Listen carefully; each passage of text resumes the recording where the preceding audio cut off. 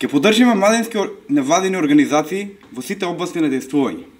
Ќе промовираме и поддржиме волонтерска работа со цел да им помогнеме на младите луѓе полесно да дојдат до вработување.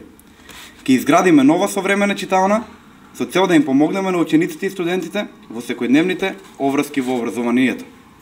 Општината ќе обезбеди средства за субвенционирање на младите при полагање на возачки испит. Изборот ќе се врши на транспарентен начин, зашто ќе се донесе правилник со критериуми.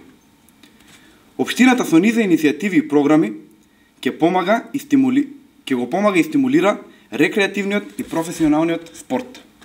Програмата предвидува изградба на спортско-рекреативен комплекс на влезот од градот Струмица, изградба на современа велосипедска патека со посебна подлога која покрај градското подрачје ќе го опфаќа потекот помеѓу Куклиш и Банско, изградба на тениски терени во Струмица по светски стандарди, подршка на талентирани и успешни спортисти преку зголемување на буџетот на општина Струмица за спортски активности.